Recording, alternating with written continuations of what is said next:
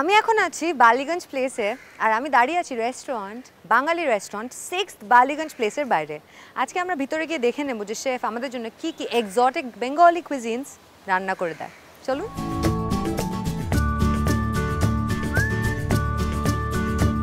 আমি সুশান্ত সেনগুপ্ত 6 বালিগঞ্জ প্লেস রেস্টুরেন্টের শেফ এবং পার্টনার। এইটা হচ্ছে আমাদের 6 বালিগঞ্জ প্লেস রেস্টুরেন্ট, যেটা আমাদের স্পেশালিটি বেঙ্গলি ফুড করি।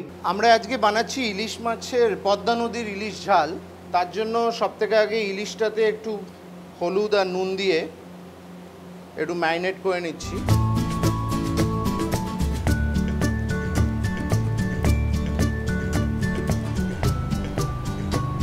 সবথেকে আগে কড়াইতে সরষের তেল গরম করে আমরা ইলিশটাকে এপিট ওপিট করে একবার একটু সেঁকে নেব। আমাদের তেলটা এখন উচিত পরিমাণে গরম হয়ে গেছে, আমরা দেখছি একটু ধোঁয়াও বেরোচ্ছে তেল থেকে।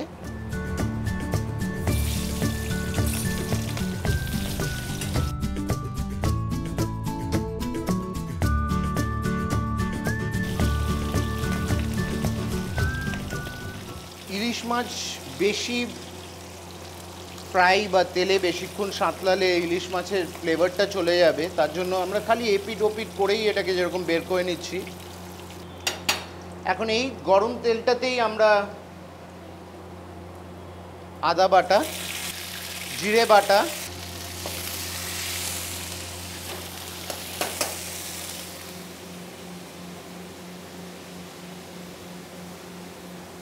এটা আমি হলুদ নিচ্ছি, লঙ্কার গুঁড়ো, দু রকমের লঙ্কা, একটা একটু কাশ্মীরি রেড চিলি পাউডার দিচ্ছি, একটা নর্মাল রেড চিলি পাউডার।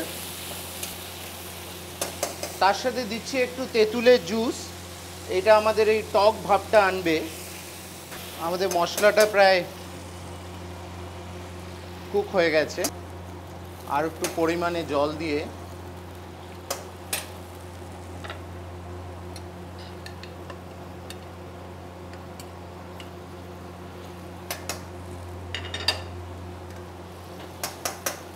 আমরা ইলিশ মাছটাকে এবার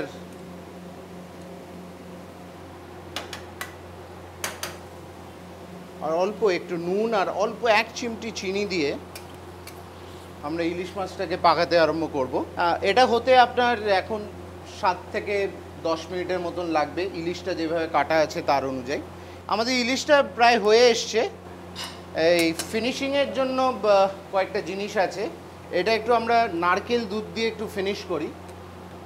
এটা কিছুই না, নারকেলটা কুড়িয়ে সেটাকে একটু তার মধ্যে একটু উষ্ণ গরম জল দিয়ে একটা মাসলিন ক্লথের মধ্যে দিয়ে আমরা নারকেলের যে দুধটা বেরোয়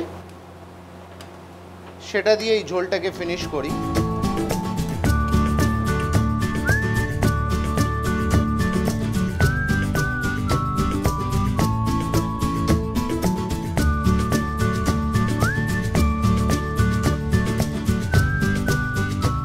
একটু টক ঝাল নেই, খুব ভালো খেতে। ফার্স্ট টাইম আমি খাচ্ছি, লাইক আমি নর্মালি সর্ষে ইলিশ বা অন্য রকমের প্রিপারেশন খাই, then this is the first time and I am loving it. এটা খেতে হলে আসতে হবে 6 বালিগঞ্জ প্লেসে।